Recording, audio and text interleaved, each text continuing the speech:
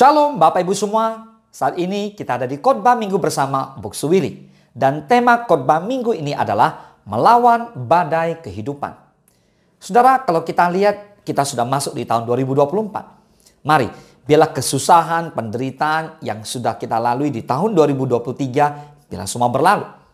Lalu bagaimana kita menghadapi 2024? Mari saudara, saya mendorong kita semua lebih beriman, lebih percaya, lebih sungguh-sungguh hidup dalam kebenaran firman Tuhan. Lalu pertanyaannya muncul, apa saja tantangan yang akan kita hadapi di tahun 2024? Nah saudara, sesuai dengan nubuatan para nabi, apa yang akan terjadi di tahun 2024? Keadaannya tidak akan lebih baik dari 2023. Akan banyak goncangan-goncangan, akan banyak gempa yang terjadi. Dan ini sudah terbukti. Di awal tahun kita dikagetkan dengan gempa yang terjadi di Jepang, bahkan tsunami. Begitu juga dengan gempa-gempa yang terjadi di Indonesia. Lalu kita lihat banjir, volume air yang tinggi. Nah, para nabi nubuatkan bahwa itu akan terjadi. Dan terbukti juga bahwa kita lihat bagaimana keadaan di beberapa kota termasuk di Riau, terutama di daerah Kerinci dan sekitarnya. Wah, digenangi oleh volume air yang begitu tinggi. So, bagaimana respon kita? Apakah kita takut? Lalu kita nggak bisa melangkah? Atau kita langsung mundur? Atau kita menyerah? Bagaimana respon kita? Saudara, sekali lagi, kita harus percaya bahwa kita semua adalah umat pemenang. Hanya bagi pemenang yang bisa bangkit dan jadi teranglah. Mari saya mendorong kita semua untuk saat ini. Sama-sama kita bangkit dan jadi terang. Semakin keadaan itu gelap, maka terang itu makin bersinar dan makin bercahaya. Yang pasti hari ini, biarlah pelita kita yang menyinari ini ada minyaknya. Bagaimana supaya ada minyak? Berdoa kepada Tuhan. Hidup dalam firman. Lakukan firman. Katakan amin. Dipenuhi Roh Kudus. Amin. Kita lihat sekarang. Apa arti kata takut? Nah, menurut Kamus Besar Bahasa Indonesia, kata takut berarti merasa gentar, ngeri, menghadapi sesuatu yang dianggap akan mendatangkan bencana. Rasa takut sesungguhnya ada sesuatu yang wajar. Sesuatu reaksi yang wajar yang dimiliki oleh setiap manusia kok. Saat harus berhadapan dengan situasi yang berbahaya, kesulitan, bencana, dan sebagainya. Lalu bagaimana sikap kita ini menghadapi atau melawan badai kehidupan? Nah namun, Tuhan Allah kita tidak ingin jika kemudian kita dilumpuhkan oleh ketakutan itu. Lihat, Yesus berkali-kali mengingatkan murid-muridnya untuk tidak takut. Lukas 5:10 firman Tuhan berkata, demikian juga Yakobus dan Yohanes, anak-anak Zebedeus, yang menjadi teman Simon. Kata Yesus kepada Simon, jangan takut. Mulai dari sekarang, engkau akan menjala manusia. Lihat, Tuhan mulai dengan kata, jangan takut. Mulai sekarang, engkau akan menjala manusia. Boleh katakan amin. Hal ini juga Yesus pernah serukan kepada murid-muridnya ketika mereka berada dalam perahu yang sedang digoncang oleh angin ribut, badai. Lalu murid-murid Yesus merasa ketakutan yang luar biasa.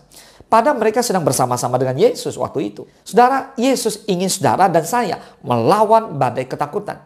Yesus ingin saudara dan saya menaklukkan rasa takut dengan tetap percaya akan kehadirannya yang akan selalu menyertai kita. Jika kita sungguh-sungguh beriman kepada Tuhan, maka kita dapat tetap tenang. Sebab Yesus berkuasa untuk melindungi dan memelihara saudara dan saya melewati setiap situasi yang sulit dalam kehidupan kita. Saudara, keberanian bukanlah tiadanya ketakutan, melainkan penguasaan atas rasa takut. Jangan sampai kita kemudian gagal melakukan apa yang menjadi kehendak Allah dalam hidup ini oleh karena rasa takut. Firman Tuhan berkata, aku sekali-kali tidak akan membiarkan engkau. Dan aku sekali-kali tidak akan meninggalkan engkau. Katakan amin. Itu artinya Tuhan Yesus selalu menyertai kita. Mazmur 118 ayat ke-6. Tuhan di pihakku, aku tidak akan takut. Apakah yang dapat dilakukan manusia terhadap aku? Nah saudara, rasa takut yang dipelihara akan menimbulkan dampak yang buruk. Tidak hanya bagi diri sendiri, tetapi juga terhadap orang lain. Ketika hendak berperang melawan bangsa Midian, Tuhan memerintahkan Gideon untuk memisahkan tentara yang takut dan gentar. Tuhan berkata di Hakim-Hakim 7 ayat ke-3. Maka sekarang serukanlah kepada rakyat itu. Demikian. Siapa yang takut dan gentar, biarlah ia pulang. enyah dari pegunungan Gilead. Lalu pulanglah 22.000 orang dari rakyat itu dan tinggallah 10.000 orang. Lihat, bayangkan. Tuhan pisahkan dengan orang yang takut dengan yang tidak. Karena orang-orang yang takut sesungguhnya dia tidak beriman. Orang beriman tidak takut. Orang takut berarti tidak beriman. So, orang takut yang tidak beriman tidak layak ikut perang. Maka Tuhan pisahkan. Yang ngerti boleh katakan amin. Nah, mengapa ini bisa terjadi? Karena ketakutan itu bisa menjalar dan mempengaruhi orang lain. Jadi tidak heran sampai puluhan ribu orang ketakutan. Maka Tuhan perintahkan Gideon, ambil langkah yang tepat. Nah saudara, rasa takut juga bisa menjadi penghalang utama dalam merebut kemenangan dan janji-janji Tuhan. Itulah sebabnya tentara yang penakut tidak boleh turut berperang. Lalu pertanyaannya, mengapa rasa takut harus dilawan? Karena ketakutan adalah salah satu senjata yang digunakan oleh iblis untuk menghancurkan kehidupan orang percaya. Karena itu, jangan pernah memberikan kesempatan kepada iblis. Jangan pernah memberi celah sedikit pun kepada iblis, karena kita tidak boleh kompromi. Jika kita kompromi, habis. Iblis akan memasuki wilayah kehidupan kita. Kompromi akan membawa kita kepada kekalahan dan kehancuran. Karena kita berada dalam persoalan atau tekanan. Nah, rasa takut membuat orang mudah putus asa, kehilangan semangat, dan pada akhirnya akan menyerah pada keadaan. Inilah yang menjadi musuh iman, yaitu orang-orang yang menyerah pada keadaan. Maka saudara dan saya jangan pernah menyerah. Katakan amin. Kita lihat satu contoh. Ketika bangsa Israel dikejar-kejar oleh Firaun dan pasukannya, bangsa Israel mengalami ketakutan yang luar biasa, sehingga mereka menjadi putus asa, tidak mau melanjutkan perjalanan dan ingin kembali saja ke Mesir. Lihat, bagaimana kita bisa menang atas ketakutan. Kita harus mengandalkan Tuhan dalam segala hal. Allah di pihak kita, siapa berani melawan kita? Yeremia 17 ayat ke-7. Diberkatilah orang yang mengandalkan Tuhan, yang menaruh harapannya pada Tuhan. Simak baik-baik pernyataan Daud di sini. Mazmur 56 ayat ke-3 dan ke-4. Waktu aku takut, aku ini percaya kepadamu. Kepada Allah yang di firman-Nya kupuji. Kepada Allah aku percaya, aku tidak takut. Apakah yang dapat dilakukan manusia terhadap aku? Wow, luar biasa. Pertanyaan saya buat saudara hari ini adalah, apakah Bapak Ibu saudara percaya kepada Tuhan? Kalau saudara percaya, maka tidak mungkin takut. Bagaimana bisa takut? Kalau saudara bisa melihat pasukan Tuhan lebih banyak yang menyertai saudara daripada musuh. Jadi nggak mungkin takut. Tapi kalau saudara tidak percaya, ragu-ragu, otomatis takut. Makanya kita hari ini kita harus belajar untuk mengandalkan Tuhan. Banyak orang Kristen yang mengandalkan kekayaan yang dimiliki. Padahal Alkitab menegaskan bahwa kekayaan itu memiliki sayap loh. Dan dapat terbang atau bisa lenyap suatu waktu. Jangan takut. Tuhan menyertai kita. Katakan amin. Mazmur 27 pertama, Tuhan adalah terangku dan keselamatanku. Kepada siapakah aku harus takut? Tuhan adalah benteng hidupku. Terhadap siapakah aku harus gemetar? Tidak ada. Karena Tuhan di depan kita loh saudara. Kita berjalan bersama Tuhan. Tuhan itu terang kita, keselamatan kita. Bersama Tuhan udah pasti selamat. Apa yang sudah takutkan? Nah sekarang kita lihat. Penyebab rasa takut dalam diri setiap orang tentu berbeda-beda. Ada yang takut karena bencana alam, trauma, takut ketinggian, takut ditinggalkan pacar, lalu takut terhadap anjing yang galak mungkin ya, takut kegelapan, lewat kuburan dia takut serangga, takut ular, takut kegemukan, takut tidak bisa menyenangkan suami atau istri, takut tidak bisa membayar uang sewa rumah atau kontrakan, takut gagal dalam ujian, takut terhadap masa depan anak, takut gak punya penghasilan, takut sakitnya gak bisa sembuh, takut mati, dan sebagainya. Wow, saudara bertobatlah. Katakan amin. Ayub 3:25 dikatakan, karena yang kutakutkan itulah yang menimpa aku. Dan yang kucemaskan itulah yang mendatangi aku. Jadi saudara, apa yang kamu takutkan hari ini, itulah yang terjadi. Apa yang saudara cemaskan, itu juga yang terjadi. Bertobatlah. Nggak usah takut. Untuk apa takut? Takut tidak membawa keuntungan. So untuk apa juga takut? Karena Ayub sudah alaminya. Ayub bilang bahwa yang dia takut itu yang terjadi. Yang dia cemaskan itu yang mendatangi dia. So hari ini mari kita percaya lebih lagi kepada Tuhan. Katakan percaya. Katakan sungguh-sungguh percaya. Amin. Karena itu sebagai orang percaya tidak seharusnya kita mengalami ketakutan. Ketakutan membuat seseorang kehilangan damai sejahtera. Ketakutan juga salah satu penghalang untuk mengalami berkat-berkat Tuhan. Karena rasa takut dalam diri orang percaya membuktikan bahwa ia meragukan kuasa Tuhan alias tidak percaya penuh kepada Tuhan. Yesaya 41 ayat 10. Janganlah takut sebab aku menyertai engkau. Janganlah bimbang sebab aku ini Allahmu. Aku akan meneguhkan bahkan akan menolong engkau. Aku akan memegang engkau dengan tangan kananku yang membawa kemenangan. Nah, hal ini menunjukkan bahwa Tuhan sangat rindu melepaskan anak-anaknya dari ketakutan. Bahkan Tuhan sendiri yang berjanji untuk menyertai, meneguhkan, menolong, memegang tangan kanan kita untuk memberi kemenangan. Amin.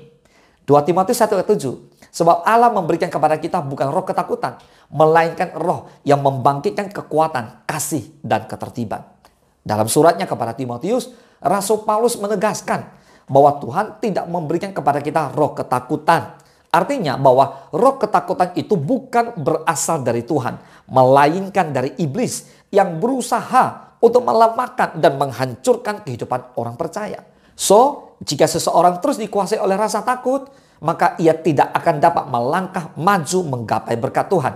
Karena yang tertanam di hatinya hanyalah tidak mungkin, terlalu sukar, aku pasti tidak mampu. Seperti yang dialami oleh 10 pengintai yang diutus oleh Musa. Mereka dan orang-orang yang terpengaruh laporannya akhirnya tidak bisa menikmati janji Tuhan lagi. Sebaliknya, hanya Kaleb dan Yosua berdua dapat mencapai tanah perjanjian. Mengapa? Karena keduanya dapat melawan, bahkan mengalahkan roh ketakutan itu. Saudara, ketakutan yang terus dipelihara hanya akan membawa kita kepada kegagalan. Dan pada akhirnya menghalangi kita untuk melihat perkara-perkara besar yang dikerjakan oleh Tuhan di tengah-tengah kita. Tidak seharusnya anak-anak Tuhan menjalani hari-harinya dengan penuh ketakutan. Sebab Tuhan Yesus sudah memberikan kepada kita penolong sejati, yaitu Roh Kudus. Di mana roh yang ada di dalam kita lebih besar daripada roh yang ada di dalam dunia ini. So, kita lihat bagaimana Tuhan bekerja jika kita mengandalkan Dia. Amin. Ada dasar yang sangat kuat bagi kita untuk tidak takut menghadapi apapun, yaitu Roh Kudus yang ada di dalam kita, di mana Ia lebih besar daripada roh apapun yang ada di dunia ini. Roh Kudus sumber kekuatan kita.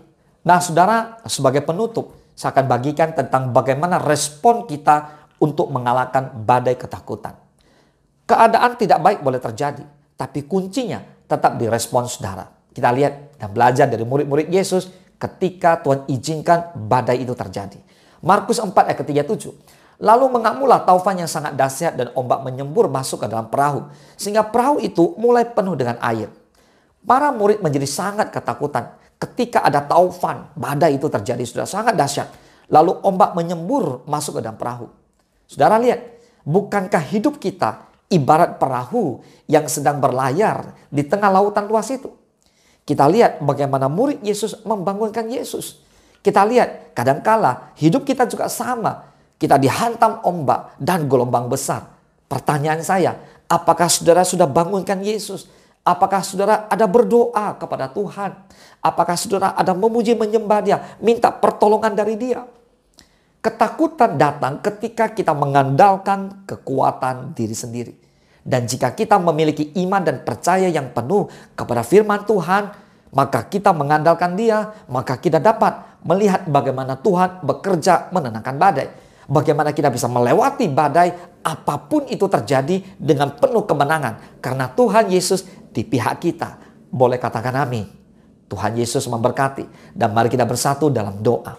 Bapa, terima kasih Tuhan Yesus, kami sudah ada di tahun 2024. Bapa, kami tahu bahwa tahun ini akan banyak hal yang terus juga akan terjadi.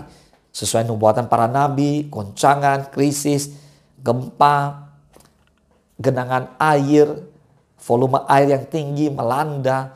Kami berdoa ya Tuhan, bila kami diberi iman yang lebih lagi untuk tetap percaya, untuk berjalan bersama Tuhan, untuk mengandalkan Tuhan. Badai boleh terjadi, gempa boleh terjadi, tapi hidup kami bersama Tuhan, maka Tuhan di pihak kami. Siapa berani melawan kami? Bapa, kami tahu kami ada di kerajaan Allah yang tidak tergoncangkan. Oleh sebab itu, mari Tuhan terus pegang tangan kami. Dengan iman percaya kami melangkah bersama Tuhan. Bapa, terima kasih sebagai orang percaya, anak Tuhan, murid Kristus, kami mau melawan badai ketakutan itu. Itu bukan masalah. Karena kami tahu Tuhan tidak memberikan kami roh ketakutan. Tapi Tuhan memberikan kami kekuatan. Roh yang membangkitkan kekuatan, kasih dan ketertiban. Kami tahu ada Roh Kudus di dalam setiap kami. Bahkan roh yang di dalam kami lebih besar daripada roh yang ada di dunia. Karena roh Tuhan bersama kami pasti menang. Tuhan, biar setiap kami boleh bangkit jadi teranglah. Kami akan menyinari kota kami akan menyinari keluarga kami akan menyinari gereja kami menyinari bangsa kami Indonesia. Bahkan kami menjadi berkat di tahun 2024 ini. Terpujilah nama Tuhan. Hanya di dalam nama Tuhan Yesus kami berdoa dan mengucap syukur. Haleluya. Mari sama-sama kita katakan amin. Selamat hari Minggu. Tuhan Yesus memberkati.